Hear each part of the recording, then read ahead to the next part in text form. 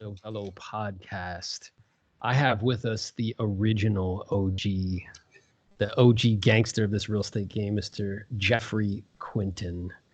And Jeff has always been somebody who's been super generous with his time, with his resources. He was kind enough at the beginning of my career when I was just getting started and doing about 50 deals. I flew up to him and I got an opportunity to shadow him. He was kind enough to open up his home. I got to stay in his house. And he really just, kind of poured out and was like, hey, man, this is what I'm doing and how I'm doing it. And that was really instrumental for me to see the difference between income producing and income servicing and how he broke that apart and actually had them in two different geographic areas, right? Yeah. And that was huge. And when I think of Quintin, I think of two things, right? One is being a world-class salesperson, because he definitely is that. But the other thing I think of is being a world-class business person, where Jeff has done something that is somewhat of like a unicorn in our game, is he has figured out a way to go from being in production, like actually being the one that goes on appointments, so being an operator of a business, and shifting into being an owner of a business, where now, which Jeff will share with you, he's actually not in production, doing very little deals himself, but still producing and earning at a high level. So thank you, Jeff, man. I sincerely appreciate you taking the time to be with us and with the audience. And I know they're going to get a lot of value from it. So what I'd like for you to do, if it's okay, is to just kind of walk us through. So at the beginning, kind of being very much so in production, right? And doing that at a really high level. And then kind of that evolution and how a switch went off for you and you began to shift your focus into being an owner instead of just an operator. Yeah, no, certainly. Well, again, it's an honor. It's a pleasure to be here. And you've always been obviously a mentor to me. And I've always looked up to you as well, obviously with your skill level. And this is awesome that you started your own podcast. And I'm definitely jelly for sure, and all this. So thank you. It's a pleasure being here and doing that. So thank you. So I guess, going back, one thing that you just mentioned was when you had, when you and Greg came up, Sisson, and memory shadowed me, right? Back then in our team, if you remember, you just mentioned about having two separate spaces. And so if I go back into why that was or what that happened was, years ago, the office that I was in, it was where our team was. At the time, I had a very small team. I think there were two admin, maybe one other agent, two other agents at the time. And our office was going through a renovation. And so it forced us to move outside of our office to a different location. Well, when that happened, I put my admin staff in a rented space. It was actually a bakery that was closed during the winter. And then my sales team, there's like two other agents. We went to a different office location, off market, off the island where we live. And then that next year, because we had two separate places, admin in one location, while the main building was getting renovated, and then our sales team, all of our production went way up. And we increased like 50 units. Because we just weren't in the day-to-day, we weren't getting bogged down, we weren't getting distracted, and we made our other space just a complete call center.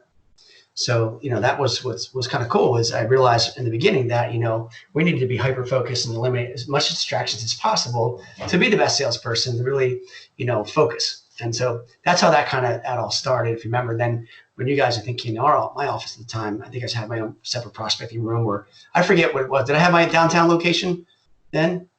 It was so awesome because it was like blackout shades. Yeah. Okay. Yeah. Nobody, you would never even tell from the street what it was. Yeah. And that's where I am right now. So it still exists. Yep. So still the shades are down. There's no signage. I mean, it acts like a mega agent office. It's actually with inside KW world, it's a mega agent office. I just never put signage up. This is where our sales team comes, and we got stand-up desk and, all double dual headsets still that are recorded in old school. And so that we still have that going every single day. So anyway, I guess starting back from the journey. So, I got in the business in 1992, right out of high school. Solo agent, ran as a solo agent for probably eight years or so, got up to about 80 transactions as a solo agent, doing everything myself. And then hired my first assistant, which was a shared assistant with another agent in the office. That wasn't part of my team or anything. I used to get her from about 1 to 5, and he would get her from 9 to 1. I would be prospecting in the morning, and I would be able to get the benefits of the afternoon of the assistant. And he wasn't on the same program, so we shared an assistant for a while. And then Eventually, he took her on full time. I went and hired a different one. That year went from about 80 transactions to about 123, I think it was, with just me and one assistant. And then from there, it's mostly always listing focused, but also there was buyer leads coming in. So then I hired my first buyer's agent, and my one assistant was both transaction management and listing management, doing everything as one. Then I hired a closing coordinator and separated kind of the two positions, and then hired another assistant. So I had like three assistants or three admin at one time, and then two agents, and then hired another agent, and then it was 3 and 3. We ran that way for a long time. I mean, up until probably about 2000, maybe 14 or 15. But I'm talking about, probably 10 years that way, at least. Probably 12 years. With that structure in place, what was your transaction volume? Yeah. So, I mean, like, again, this is, let's just say until I started adding on for those years, I mean, we were doing anywhere between 220 to 260 units. I think one year the most did was about 263 units. It's closed and pending that year. Yeah. We were doing like, I think the best year ever with 3 agent, 3 admin was 219 closed, about 140 million. And that was when we had an average sales price of 700,000, right? 3.9 GCI. I mean, huge years. And this is 04 and 05, right? The market helped us, but we were still doing 200 plus units. And, that's when I was in production. So I was doing, out of that 219 close, let's say I was doing, 100 to 110 myself. And then the other 2 agents were doing 40, 50 themselves, so they were cranking as well.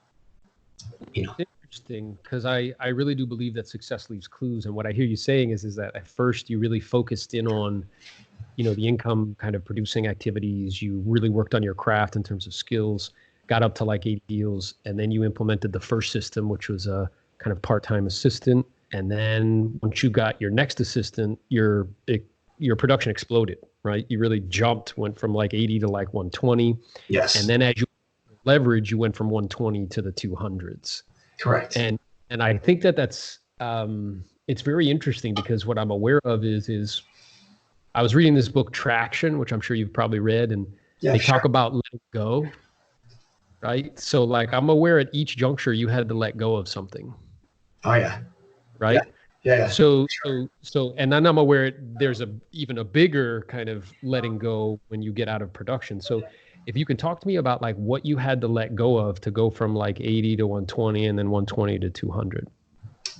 Yeah. So I guess, I mean, I had to let go of the fact that before I always thought I was the best at doing everything and only I could do it. The control factor was always something that I had to let go. I mean, I had to let go also the fact that I had to be available for everybody at every single time. Because most agents today that, when a buyer or seller call them, they jump to that call and they have to take it right away. What was interesting to me is the whole coaching realm thing came into play in around 2000, 2001. And that was ultimately what happened there was I was working with a client that, I'll tell you who it was. You probably remember Michael Ann Byerly? Remember her? So Michael Ann back then, she was in Reading, Pennsylvania. She was looking to buy a second home, and just an OG as well. But she was doing 200 plus transactions, like in late 90s, early 2000s. Like, if you're doing over, I mean, if you were doing 100 transactions even in the early 2000s, like that was like not unheard of, but very, very few out there in the world. She was doing like 200, and I was at that time doing like 80, whatever, 123. And I was like, how are you doing that? What did you do? She said, well, number one is you got to hire a coach. Go. Don't worry about going into business planning at the time. That's like the group coaching. Go right into one-on-one. Mike Ferry, blah, blah, blah. And so I went home with my wife at the time and said, I got to go spend $1,000 a month to get a coach. And she's like, yeah, are you out of your mind? And I ended up jumping in 2 feet, did that. And then that's when the whole thing, kind of started. But so what happened out of that was understanding that, one is I need a schedule, right? I had to let go of the fact of always being available. I had to let go of the fact that, I can only do it myself, and started understanding leverage with regards to assistance. And then what I did was my very first year in coaching, basically, I mean, the way I used to do business to the way I do it now, and then I did 180 degree. Like, I used to, like most agents, I wake up in the morning and I just go, and whatever comes at me for the day, I juggle it. And hopefully I get some stuff done. And I did that for a long time. I mean, and I did well with a lot of units, but I was working 7 days a week. If somebody said to me, show me your schedule, I don't have it. What do you mean a schedule, right? coaching got me involved and said, well, we're going to lay your day out. We're going to do certain things at certain activities. We're going to make sure your most important ones happen in the morning. You're going to master the time between you wake up till 12 noon. And then that ultimately, I was able to have to let go of the fact that I became coachable and understood that someone else is doing this at a higher level. And so therefore, I had to let go of the fact that I didn't know everything myself, because think about it. I mean, back then doing 80 to 100 units, you're a really big fish. Like, I was number one in my market and I had a big ego and I thought I was the shit, right? And all that. And then I went to my first one-on-one retreat in Irvine with Mike, and I'm sitting in a room at the time. You look around, I think the average person in the room was doing like 70 units. I swear to God, it wasn't, as a group, as it got bigger, number of transactions went down, but still today, there's a lot of producing agents. So I looked to my left and right, and I'm looking around like, I'm kind of like, I'm not average now in this room, and so I figured out how to get out of my box, out of my area, be exposed to some other stuff. So I had to let go of that, as far as my ego, and had to let go of I had to learn structure. I thought, that really was important. Because I think a lot of people will get value from that. I was taking notes as you were speaking, and what came up for me is, what holds a business back is always the psychology of its owner. Yeah. And that's so true, man. I learned that from Tony Robbins at Business Mastery. And that's what you were describing to me was psychology, right? You described to me like letting go of control. That has to do with what's going on in your head. This idea that you have to be available to everybody. I'm aware that comes from a place of scarcity, right? Which I'm aware at the beginning, you're like hustling and grinding and trying to do every deal and do everything, and you don't want to leave anything on the table. And then also, which is a difficult one, man, particularly because you were really successful at a young age. I think I remember I saw this old school picture of you of like 30 under 30 in like Realtor magazine, right? It was the first year. It was 2001. I remember you had like flip flops on. You're like posing. You're like, yeah, I'm the man. And I think I still got that magazine right here somewhere. Maybe I have it around. I'll dig it out for you. But yeah, that's awesome. You're like, hey, I'm not prepared. I have that like under here. So, but like, I'm imagining like, I mean, that took a lot, right? Because you at a very young age had a lot of success, and it took a lot to let go of the fact that like, hey, I don't really know everything. Yeah. Yeah. And then make yourself coachable. And then it sounds as though as well is getting proximity, right? Because I know that proximity is power. So getting proximity to people that were either doing way more than you or about the same as you, but were doing it in a different way that was way more efficient. Is that right? Yeah. I mean, as you know, success is nothing more than who you're exposed to, right? Greatness comes from exposure and being in proximity. So that was a big thing, because in my world, I was, I was the top person, right? And I didn't really have exposure to anything other ways. I didn't even know it was possible, even to be able to do, 200, 300. I didn't know anybody who was doing it before. I had no clue. Which is awesome. And the other thing I think is very interesting that I see this kind of unifying theme, right, for those who really are productive at a very high level, is that once they find the path, let's say, like they don't deviate. So once you recognize like, okay, this idea of a schedule, this idea of income producing versus income servicing, this idea of leverage, like I remember you telling me when you were in one space, right, and you had your admin there, you wouldn't even like open the door to give them the lead. You would like slide it under the door to prevent you from like actually engaging with them, right? Yeah, there's a lot of different things. I mean, yeah, that was the time when we would be locked in our prospecting room. So we put purposely a double, like a deadbolt, but each side of the lock was a deadbolt. Actually, not each side. We reversed it. So the key would go on the outside of the door, and we'd have to lock ourselves in, but the key was on the outside. The only way to get out is someone on the outside had to put the key in the deadbolt and unlock it. We weren't allowed out until you accomplished your contacts, and you had to prove by sliding your contact sheet under the door. And our assistant would look at it and be like, all right, you got your 30, now you're allowed out. Forced it.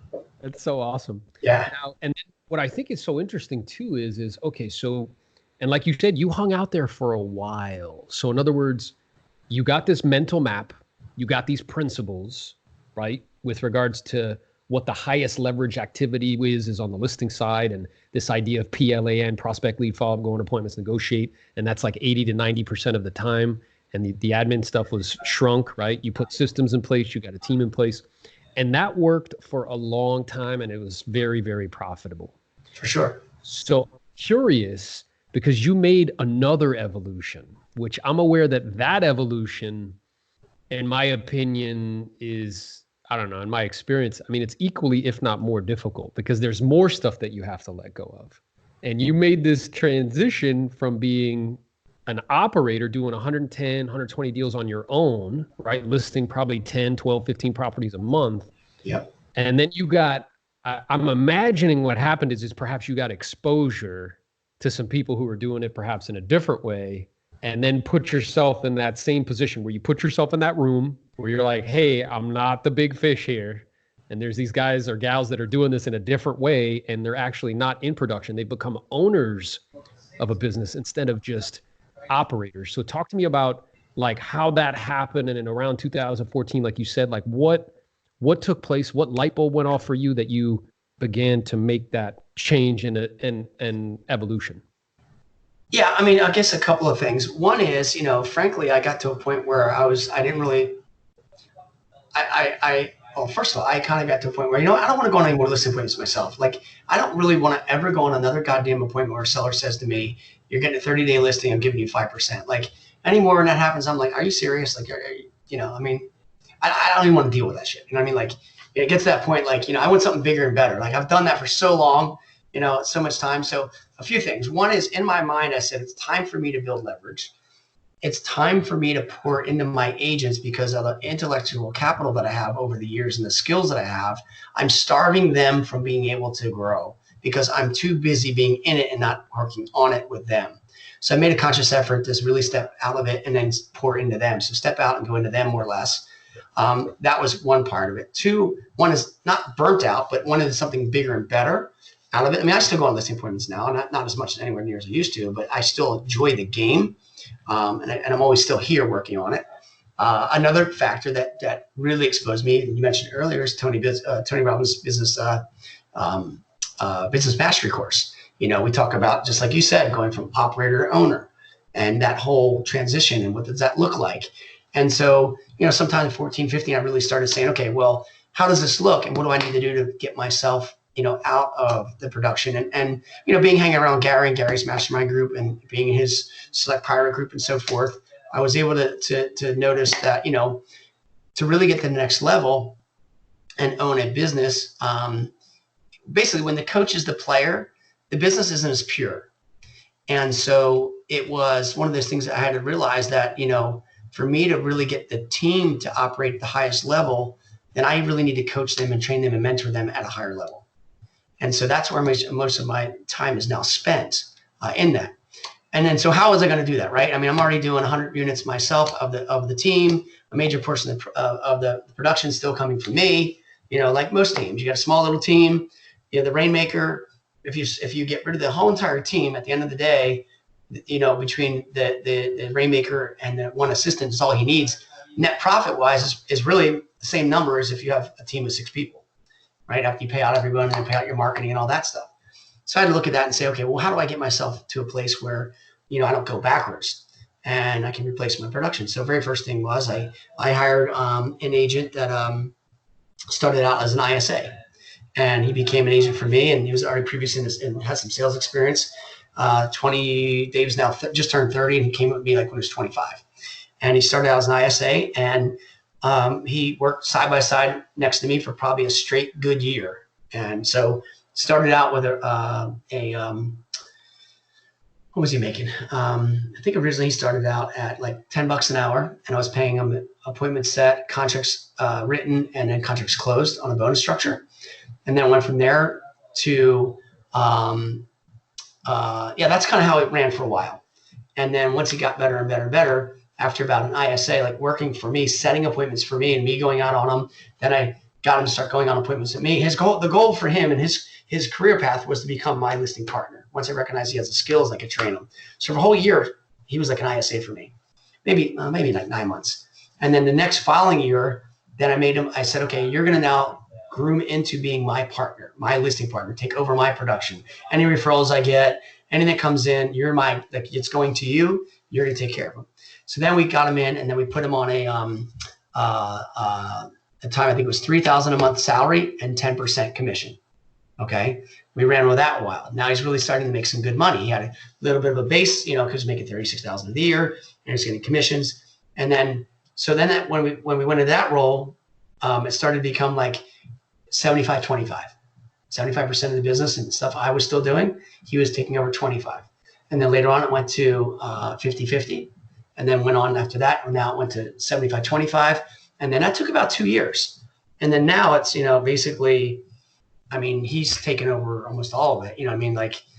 He's generating he's prospecting all my database and the leads I get. And he's still doing expires for seller owners and this just sold. And, he's creating his own leads as well, but we're feeding him a shit ton of my business that I normally would get, repeat referral and opportunities. And I'll go on listing appointments with them as well, because sometimes they're going to say, I only want Jeff, right? I'm still in past clients' eyes.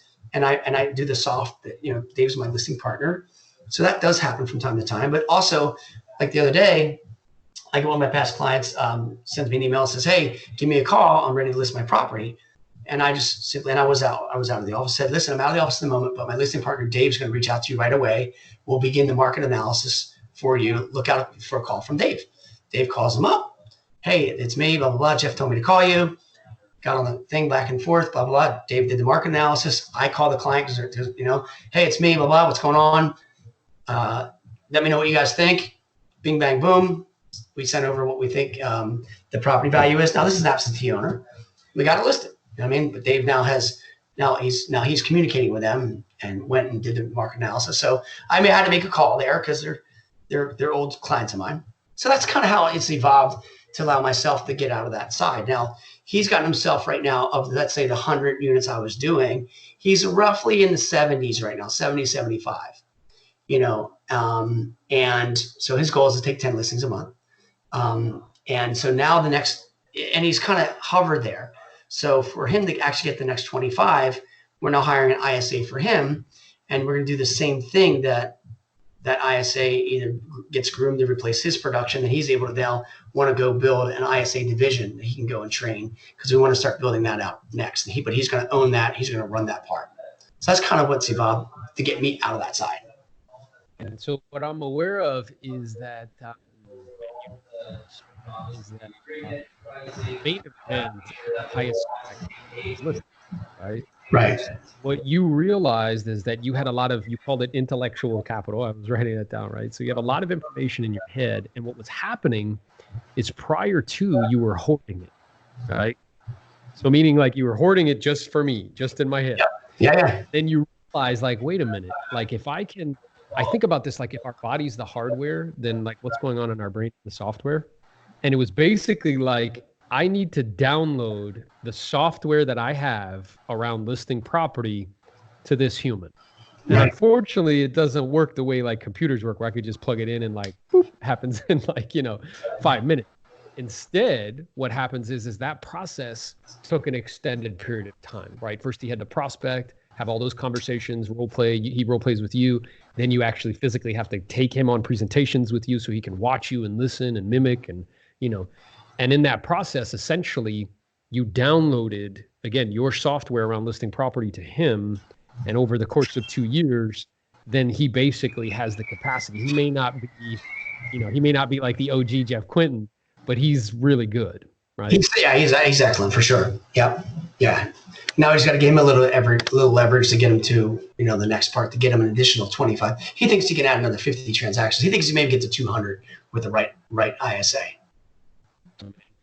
And then in doing so, I'm aware that in order for that to continue to run, right? Because in order to be able to transfer into kind of an owner, you have to have the ability to take 10, 12, 15 listings per month and replace them every month when they sell, right? Yes. Yeah. For that to be sustainable, profitable over time. So you do that through the combination of two things. One is actively prospecting. I've been to the bullpen. I know they're all in there making calls. And also, you built up over time a huge past client center of influence database. And I'm aware you do some marketing efforts and things of that nature to provide leads. So in doing so, again, if you choose to, you can be in production, but if you choose not to, you don't have to. Yep. Yeah. It's allowed me to, do a lot more than just that also. So, my schedule now is really, it's more of a coaching, mentoring, and training and pouring into them. So I run a huddle call that's, I actually am on it. I don't run it. The team members actually rotate and run it, but 8:15 every day. Then I teach a script master class on Mondays and Wednesdays. I want all my agents to be quote unquote script certified. So I teach that. I run with Scott, our CEO, our team meeting, and then I do a coaching call at 3 o'clock. Every Tuesday, actually every Monday at 3, a full coaching call. And then we do our 411s, with the agents, 30-minute sessions every week. So now I'm just pouring into them, keep them accountable, and really holding them to what they want. And, the result of it, we take agents that, we're like at a different company doing 8 deals. This year, 2 years later, we see them, they're hitting 30 to 40 deals, which has been pretty incredible to watch. That you just take somebody out from what they're used to, plug them into our environment, give them the coaching and training, and you can see them, really grow. Super rewarding to provide a vehicle that makes a meaningful impact in the quality of people's lives. Yeah, for sure. Yeah. The other thing I noticed here, which I took notes on, is that like in terms of this transition, the other thing that came up for me is like we're happiest when we're progressing. Yes. And it sounds as though like when you hit that, you were doing it for such a long time, and what you described in a way is it got kind of boring. Like you were really good at it. It was duplicatable and predictable, but there wasn't like this, you weren't like growing, right? And then you took on this new challenge, and you began to progress. And I imagine that unleashed like all this other energy that was exciting and new and fresh, right? Yeah, that's the difference. I have a whole, I've been doing this since 92, bro. I've been doing this a long time, 28 years, right? So it's like, man, I've been around and doing it. So I needed to re-energize and get myself going. But what was interesting is now there's so many, like what my focus is now and what keeps me up at night is creating that growth opportunity, not just for myself, but also for the team. Whereas before it was the same thing, same thing, same thing. And, I'm now having to be forced to create a big world where the team members which I have can get their world inside of mine. And because of that, so now my org chart looks very big for the future and creating opportunities for them and a career path that they can advance and replace themselves and keep going. And if it's something they want to do that's not on the org chart, then we're going to figure it out together and create that position or that role, whatever it may be. So the world looks totally different than where it was 5 years ago. Before, and I was just kind of a rainmaker agent with a couple agents and a couple admin. Now what's happening is it's become a business that's kind of now going and growing on its own. And, I had a conversation with an agent today that's stuck around 115, 120 units for a long time, and down your way. And he's on the other coast, though. He's on the west side. He was like, geez, he has no leverage, right? He's like, and he does out of the 120 units, he's doing like maybe 60 himself. And so the others come from 4 other agents and this and that. And anyway, there's really no leverage. But I asked him a question. I said, so, really the reality is if you wanted to go to Costa Rica for a month, could you do it? He goes, hell no, my business would fall apart. And that's the difference between operator and owner. If I want to go to Costa Rica for 6 months, I got systems in place there now and people that, whether it's my production, my ability to go on a listing appointment is not needed. It's already going to occur without me having to do it. You know what I mean? Now, with some other things fall off, I'm sure. But ultimately, the business itself is going to continue to run itself and, at a certain level for production. And that's kind of what sucks. It always was one of those things that I was the primary listing agent. If I went on vacation or if I went to an event, I'm spending half of my time still negotiating deals and, running around and still being an agent. That was always, I had a job. It was a job. It's so interesting you say that because I was watching Shark Tank, and I watch it with the kids because I feel like it's an educational experience for them. And there was this woman there. She owned like a something with eyebrows or something, and it was like a specialized boutique. And she came there asking for money. And Barbara Corcoran, she said something to her that really struck me. She was like, what I'm aware of is you don't have a business, you have a service. And she's like, there's nothing wrong with having a service. The only challenge is there's nothing for me to invest in. Like my suggestion to you is you keep doing the service and make a lot of money and that'll be that, but it's not a business. And what you just said was very interesting is that I think, we're trained in our game and coaches talk about it and they're like, your business or my business, right? But what most agents have is a service. And provide it at a really high level. We're like world-class operators of that service. So we get compensated a lot for it, but it's not a business. And by the way, there's nothing wrong with that. I mean, that's awesome. I mean, because you have a choice, I think at that point is you have a service, do it at a very high level, you're very highly profitable, and you make a ton of money, right? And that's good. The challenge is that if you don't start getting leverage at some point, you're gonna keep doing that until you die, right? Or to whenever, right? Or unless you put enough money saved from that service away that you can now invest in something that pays you back, so that when that service someday you turn the machine off, how does that look? My approach now is different. I'm saying, okay, we've created a business that ultimately, if I want to turn that machine off as far as a certain level, it will or delegate or sell it or partner with somebody, then I can still use this as, and we talk about this, a lot, and your podcast does, and who you are, about passive income and residual income and creating wealth. When you have a real estate business, the way it's actually called a business, actually that can become an asset in itself that will pay you a passive amount of income. That can happen. But what this has allowed me to do now is now expand and go into different locations and absorb a whole different, I have the ability now to go approach someone that's already been in the business 30, 40, 50 years, a guy that's maybe retiring or has a small team, has a really good database, a good business, and create an exit strategy for them and an income stream, and go to them and make a deal and partner with them, absorb their business now into mine, and then give them an exit strategy. But now I can grow in another location. That, the golden handoff is what we call it. So that in itself is now I have that ability. I now have ability to now scale and go into other companies, mortgage, title, because now I have different, I'm meeting with an insurance guy this week on a whole different concept, not just regular homeowners insurance and flood insurance, but an equity protection business, if you will. Like, it's a pretty killer thing I'm working on. So it's freed me up to be more entrepreneurial, which I've always been. But when I was always in the production side, having to do all of it, kind of running it, and having to be the person that has to make it rain. I was stuck in there. But now it allows me to be open and opportunities, so many other things that are out there to invest my other time in, to create more opportunity back to the team that's actually allowing me to create more opportunity for them, and it's more meaningful. I can do that now. So, and it sounds as though it's freed you up to be more of who you actually are, which is being very entrepreneurial by nature, very creative. Like, you like doing deals, you like making stuff happen. Yeah. What I think is so interesting, like what you just described, and I just want to circle back for a second, where like you're saying, look, there's nothing wrong with having a really world-class service that you get paid a lot of money to do. And what I'm aware of is some, because, there's different coaching programs and stuff, and some people push like, no, you should only be a service, and other ones push like, no, you have to do like what Quintin's doing. And what I'm aware of is, like you said, like it's not either, like it's not wrong. Either one is not wrong. The challenge though is that for the people who operate the service part, for the most part, it's not the rule, or it's not the rule, but it usually happens more often than not, is that they notoriously don't save and invest a large portion of all the income that they're earning.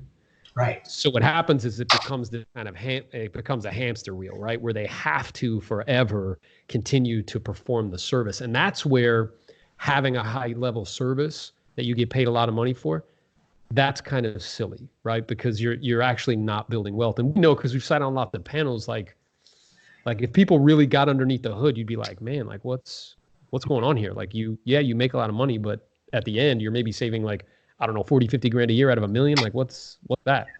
And then the other flip side is you see teams that are out there doing the same million GCI and they're only making 40, 50 grand, Yeah, I know. And then you say, it's like, amazing. Like when they're like, man, I mean, what I've learned, what I've experienced, what I see is the agents that started out with the service mentality, learning that skill, and then growing from there. I'm not saying what it's done, but I see agents now that, okay, well, I'm in the business 2 or 3 years. I'm going to go start a team.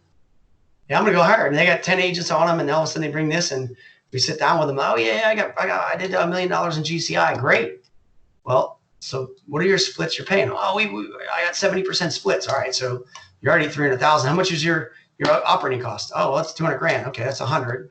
Right. And, and what else do you have? Well, how much did you pay yourself? I didn't pay myself anything. And then, how much deals do you do? Well, I did 10. Well, there's your 100 grand you made. You made it 10 deal on your 10 grand, the 10 deals yourself. Everything else was just for nothing. You know what I mean? 100%. I was working with a guy who's he has like a brokerage, but like it's like his team, right?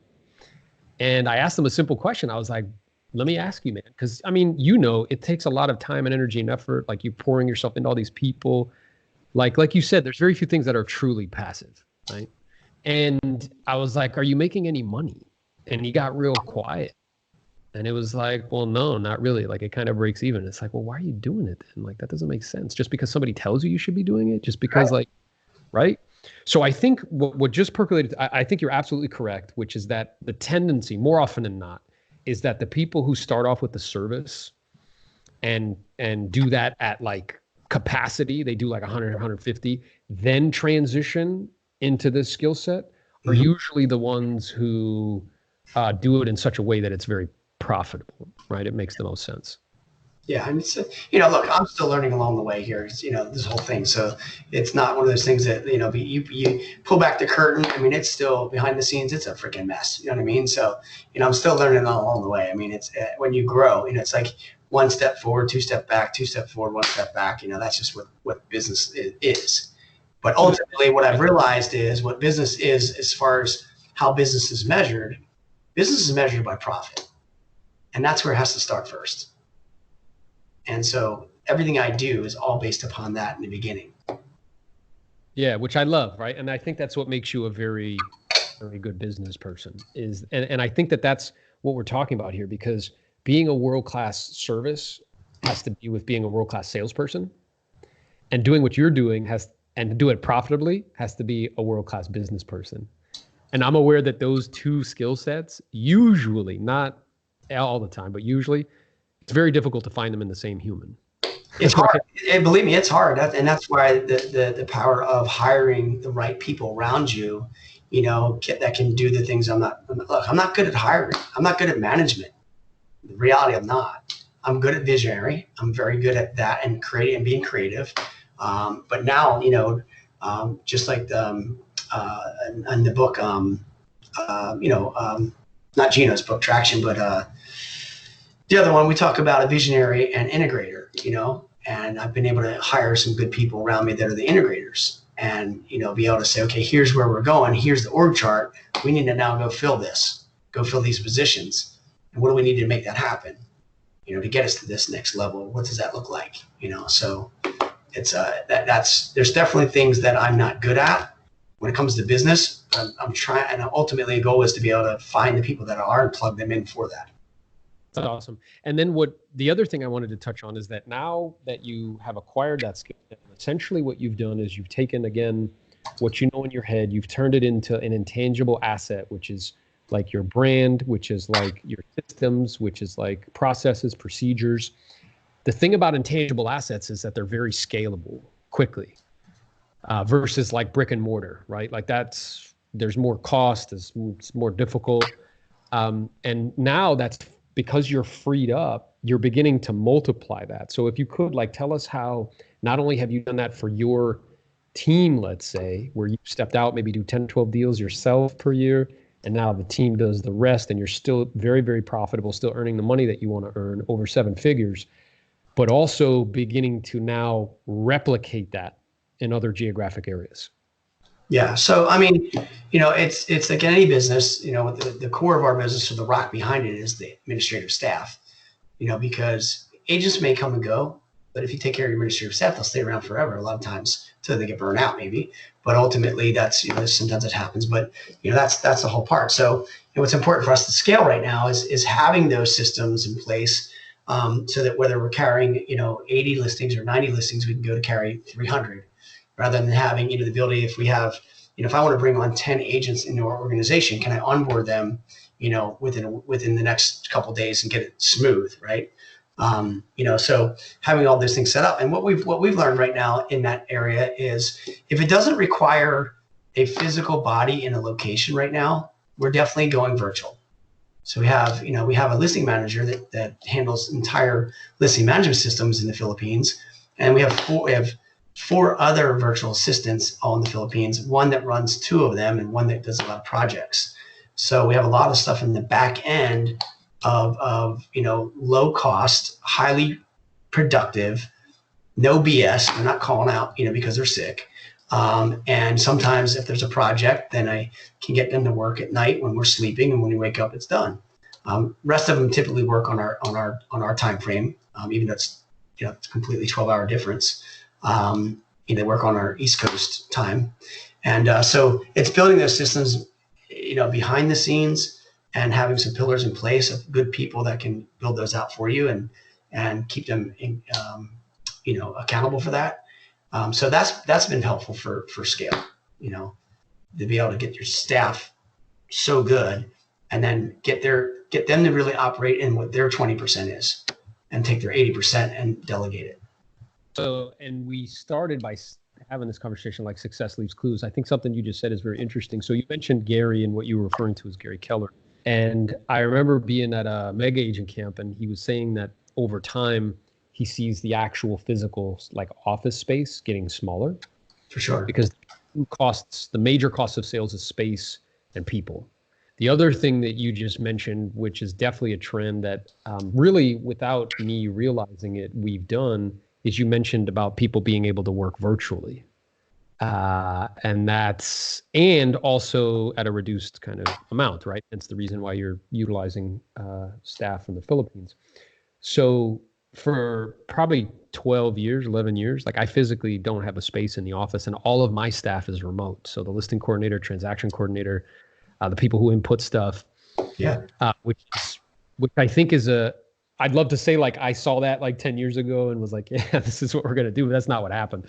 But it ended up going with a trend, and it sounds like you're right in alignment with that. It's not like you're trying to open up this huge space and like have all of these people there. Where it's possible, you're reducing that expense and allowing people to work virtually. Yeah, and virtually doesn't always need to be like offshore. It can be in stateside as well. But remember, like when I was talking about how this all started with locations and stuff. Remember back in the day when the office was getting renovated, and I went sales team here, and then the other one went in the bakery. We had to rent space for a while. So what I did every day is I went to one space, they went to the other. We communicated by documents through fax machines. That's what it was. You wouldn't even have email, right? And so you're not even gonna know what a fax machine is, bro. Yeah, exactly. I still got one. Right? That's how OG this guy is, bro. That's right. And so, they give me some background on that. We'd be like, okay, so we'd prospect in the morning, 9 to noon, and then at noon, they would fax over any message I had. I didn't have voicemail. Fax physical, they would take a handwritten message on a message book, make a copy of it, and fax it over to the location I was at. And that was the way I communicated. Then I would, every day, once a day, I would call the staff for whatever it was and check in and say, what do you need, blah, blah, blah. And that was it. I'd be on to the next thing. And so it ultimately kind of started that way with other people in other locations, whether we call that virtual or not. They're close by, but they still are other locations. It's not, you don't have to be physically in the office, where you are, Eventually you get stuck in that. And it's just recognizing that, particularly with technology, it's just not required, man. Like, there's no reason, like just how me and you are communicating right now. We can see each other. We're talking to each other. Like there's no reason for us usually to be in the same geographic space. I'm aware with salespeople, like having a space is important because you can hold them accountable and there's oversight and things of that nature. And in terms of like live coaching and stuff, but for the most part, I mean, now with technology, it's not required. And it's, again, going back to like letting go. Yeah. It's like letting this idea that I have to be right next to Jeff, when the truth is I really don't. Yeah. And like our Tuesday team meetings, everyone Zooms in on that meeting. So, and then I take a Mevo camera as well, and I put that in our private Facebook group so they can go back and record it and listen to it as well. But I mean, our Tuesday meetings, we have typically 3 maybe of our Ralph will be on there, Sherry will be on there, maybe Jade, anyway, our virtual assistants in the Philippines Skyping in. They're on the screen. We can see them. They're there. And then my 2 closing managers that are off-site, they're there, and they're local, but they're not in the office.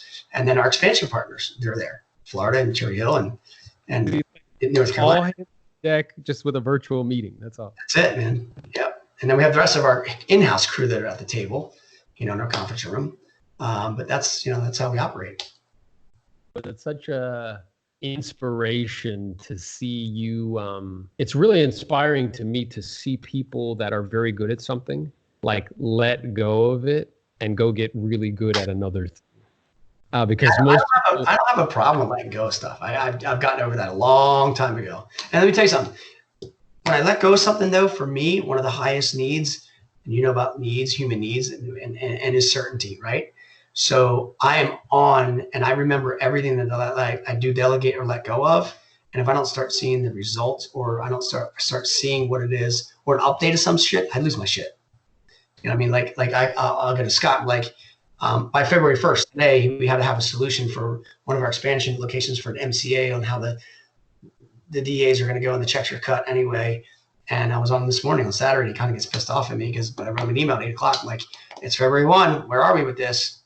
And I need to know, because I didn't hear back or know. I know it's a deadline. And, so he called me actually today and went over and told me the solutions and all that stuff. But, if I can delegate something, but when you do that or you let go, and it's something that's important for at least me, I need to know certainty it's been done or an update of some sort. So we continue to work on the doing, and done. And I need an update from my virtual assistant. So they report us every day, end of day, EOD, list. Okay, here's everything that we did. Boom, boom, boom, boom. I can glance through it and say, okay, they did that. This is what's going on. And then at the beginning of the day, here's what we're going to do, blah, blah, blah. We're sending these, we're sending 1,000 text messages to this database, 150 people to this, we work on this project, it'll give me a list. So it's one thing to let it go, and I'm cool with that. And I don't care how it gets done. I'm not attached to how. I'm attached to the result of when it gets done. So what I just wrote down is what it made me think about is I've heard Gary Keller say it's one thing to take your eyes off a business, but it's another thing to take your hands off of it. Right. True. And you might take your eyes off of it, but you're not taking your hands off of it, bro. Like if it's not done, they're gonna know, and that's really your role, is to hold them accountable to it. For sure. Yeah. And then if the person that I give it to, like Scott, if I give him something, he takes it, it goes to a VA, then you sure as shit, he better be keeping the VA accountable to it. You know what I mean? So if they're going to pass it, that's fine. To leverage himself or whatever. Well, then, he better inspect what he expects. I guess I'm wondering, for those agents that are out there that may be watching this, perhaps just kind of getting in the game, right? So we're talking about really high level, kind of evolving from being hundreds of deals a year to kind of working your way out of production. But I'm aware, sometimes when I'm giving talks to a group of agents or coaching agents throughout the country, they're like, okay, that's cool, but all right, where do I get started now? Right? So what would your suggestion be for those agents? Yeah. So, a new agent getting into business, there's a couple of thoughts on this. First, I see a lot, we see it right now. The solo agent by themselves, solo right now, industry getting in, they're struggling, man. They are. You have two choices. One is they either, first of all, most of them don't have a database. I don't know what the hell that means, right? So unless they have a big database and a big budget, if they got a big database of some sort coming from a different industry or something to tap into or whatever, and a good budget, they can spend money to buy leads of people, then they can call them, which 99% of these people don't have that. But if you have that, then great. We can put you in business and you're going to be okay because you can afford to do it. Most agents today don't have that. So what do they need to do? They got to go back and they got to learn the skill based of the business. They got to learn what to say, how to say it, create structure. They got to go ahead and go get the business versus still waiting for it to come to them. They got to go out and do open houses and do it right. They should be doing a ton of that because then people come to them, right? They're able to create buyers and sellers and get leads for free. They need to be able to learn how to call a database of people that they have and let them know they're into business, whether that's downloading their entire address book from their cell phone, downloading all their LinkedIn connections, downloading their Facebook friends. All of a sudden they can have a couple thousand people and they got to go out and actually communicate to them. So the art of communication is what they need to learn. We've talked about this, and this is what you specialize in, because I believe we are in the communication business, helping people make decisions. That's all this is. And, that's for the new agent. Now, most of them don't know how to do that. So now they have to get coached or find out someone that can teach them that. So ultimately, my opinion is today, if I was to get into real estate business today and I knew nothing, I would join a team. I joined a top producing team because they can give you the coaching, the training, the mentoring, can accelerate your world so much faster than you doing it on your own. You can get leads, you can get fed, you can get all the administrative stuff, you can have accountability. Yeah, is when you join a team, are you going to be on a split less than what your brokerage is? Absolutely. But you're going to get opportunity and it's going to accelerate your learning curve quicker. Stay with that team for 4 or 5 years, whatever it is. If there's no opportunity or career path for you to advance, then leave and go start your own. But if this team's creating a big world like our teams do, then don't leave. Go start your own team within the team if you want. There's opportunity to do that. Like, the team concept is not going away. It's getting bigger and bigger and bigger. It just is. You look around. Eventually I think that there's going to be, probably only maybe 5 brokerages, in the future, in the next 10 years. You look at all the brokerages now, right? The small mom and pop shops are like the small mom and pop. So small mom and pop brokerages today are very similar to what a solo agent is. They're hard. They can't make any money. They're struggling. 100%. And I agree with, first of all, I think all of those are awesome. I took notes here, like, skills are critically important. Either link up with somebody, a trainer, coach, speaker, mentor who can connect you and kind of teach you those skills. Or, like you said, join a team, because with that, you're going to get all of this education, all this accountability, all these coaching leads to feed you. And like you said, in 4 or 5 years, you'll really have a in-depth understanding of the game. And then you can either, if there's opportunities, grow within that organization. If there's not, go do your own thing. And you touched on one other thing, which I think is very true, is that, what we're seeing is that because of there's some very sharp elbowed competitors that are pushing into our game, that are very well funded. And because as an industry as a whole, we don't really prospect as a whole, right? There's a small segment of the population that does, who typically do most of the business. But what these businesses see is this massive, they see 2 things. They see massive inefficiency, where the majority of the agents don't do anything and a very small percentage of them do the most or do all of it. And they also see huge profit margins. Mm-hmm. So that's ripe for disruption. And what's happening too is that, we're being trained as consumers more and more to go online before people, to make decisions about who gets our money, products and services wise. And I don't, the question you ask yourself is like, what's the probability that that's going to stop? And the probability is really low. Like, if anything, it's going to speed up, right?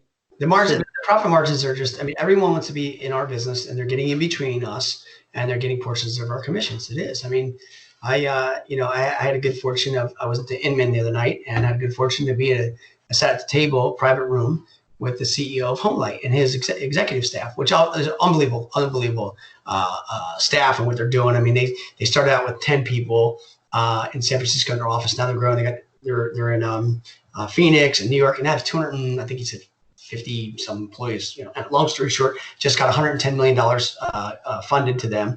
But you look at these third party referral companies, the HomeLights, UpNest, Fast Agents, and there's 30 or 40 of them now that are prospecting for agents that aren't willing to, sending them the leads, and now they're charging them 25, 30, 35%. And agents today are like, perfect, I'm willing to pay. There's agents on reload deals paying 50% referral fees, like just insane. But ultimately, because all this is coming into it's disrupting the agents that aren't willing to learn the skills, right? Like you and I here's the deal. What's so powerful about what we've done is, if you want a listing today, I can make a call. I know I can set an appointment. I know I can get a listing like that, right? Like, okay, I have the ability right now to make, $12,000 gross, $400,000 deal. I can turn the machine on and I can predict it and get it. I know I can do that today, right now. If at the end of the day, can you get a listing? I get a listing some way, somehow, right?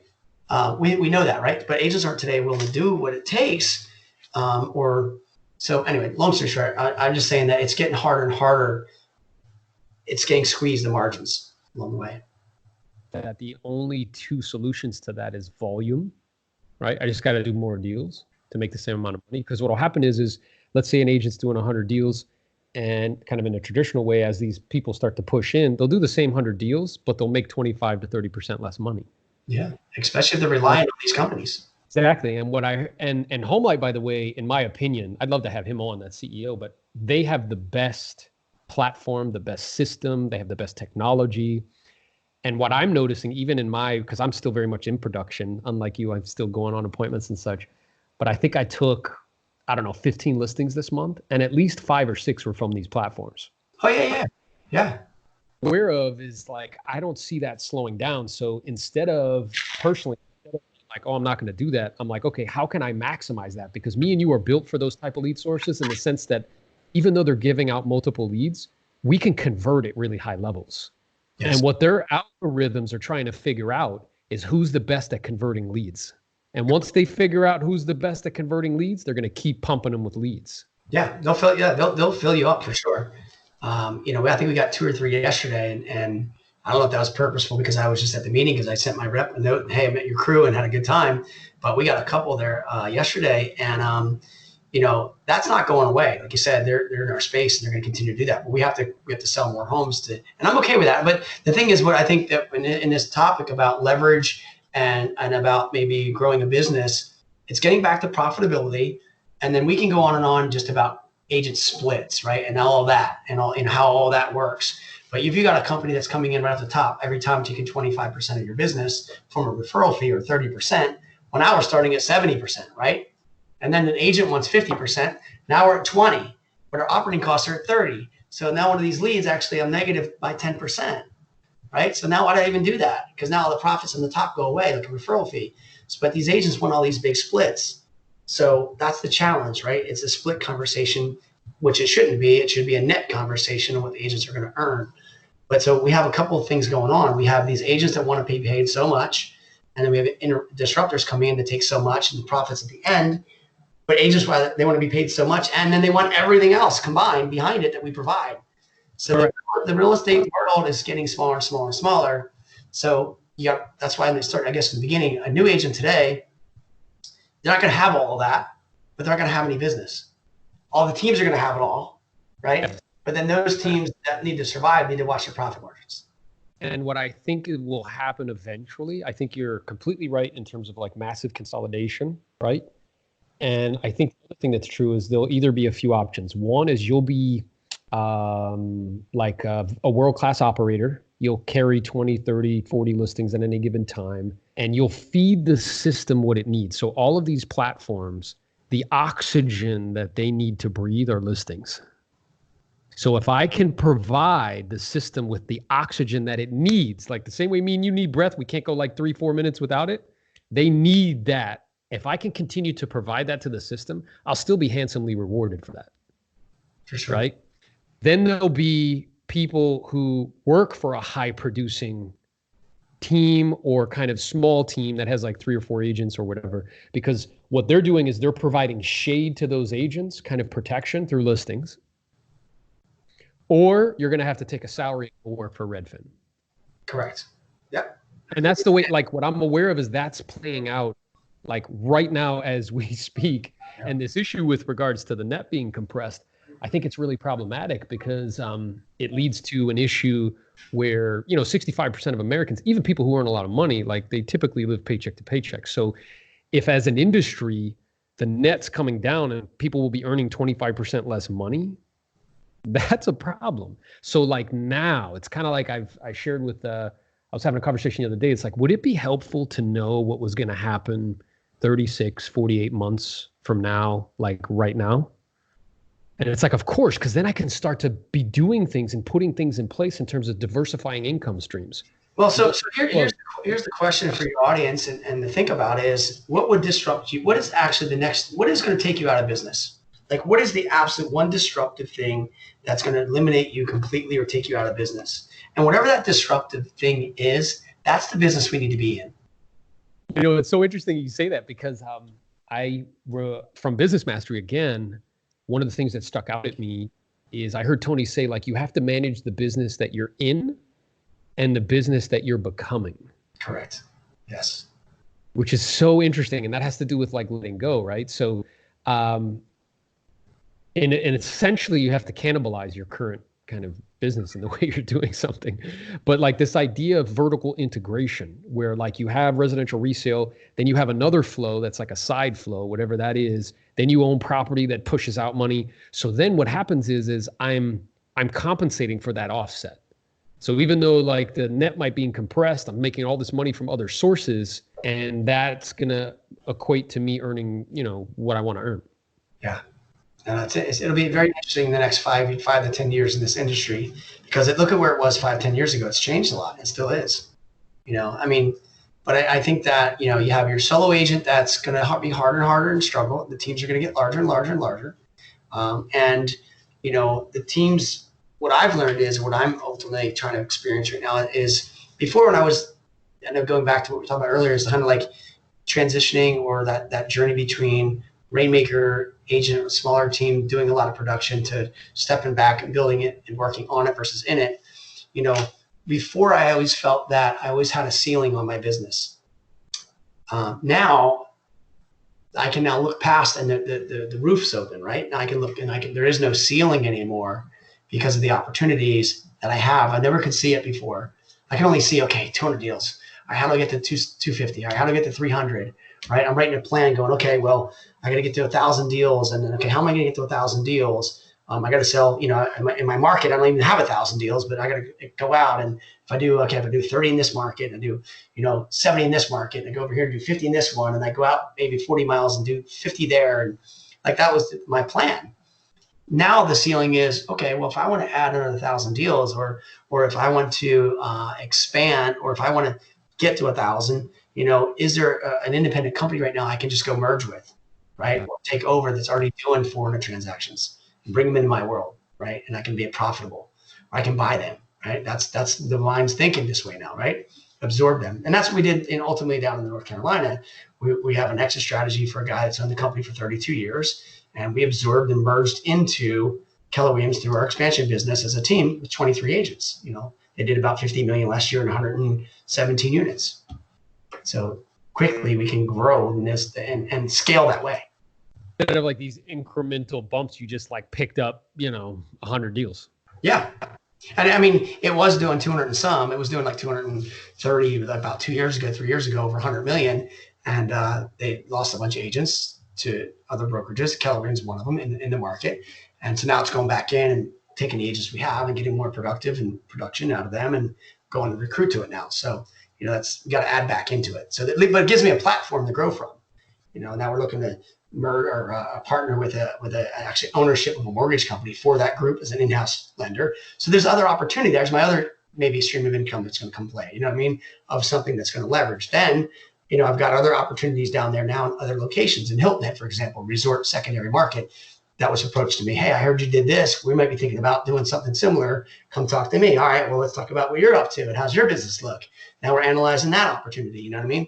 So this is how you can start to grow a little bit. World domination of Jeffrey. It's just what it is. It's exciting. It's awesome, man. And I'm again, it's super inspiring. I imagine everybody that's listening will be inspired. So listen, brother, I really appreciate you, man. There's a quote that says, nobody stands taller than somebody who reaches down on the ladder of success to pull somebody else up. And you were super kind enough. I mean, I didn't really even know you, man, to give me kind of access to your world and set me on kind of my trajectory. So thanks for that. Always. I'll super be appreciative of that for always. And thank you for taking the time to be here with us today, man. I know your time is super valuable. And I know that a lot of people are going to get value. Anything for you, whatever you need. No, I appreciate you very much. It's been an honor to chat with you about all this. I think it's some good content here to pour into whomever decides to listen to it. Well, hey, I appreciate you, brother. Make it a great day. Okay. I'll talk to you soon. Before you go, let me just hold on. Let me give a shout out to my locations. Go ahead. Shout out your locations. Where can people find you, man? My bad. All the referrals that all your audience is going to send me. Right? I mean, I'm prospecting right now. Right? Okay. So the name is Jeff Quintin. And the easiest way to reach me, you can email me or any social media at Jeff Quintin, but jeff@thequintingroup.com, QUINTIN.com, or jeff@thequintingroup.com. And so my hub business is in Southern New Jersey, which basically it services all the southern part of New Jersey, Atlantic County. And we've expanded into the Outer Banks, North Carolina. And that's our primary two major markets we're in, but we're also heavily concentrating on the Philadelphia market too this year to expand to. So if you have anybody coming this way or either way, send them, please. Definitely do that. They'll treat them right, get it done. So Yeah. I thank you, man. You're awesome. Make it a great weekend. I'll talk to you soon. All right, brother. Appreciate it. Thanks much.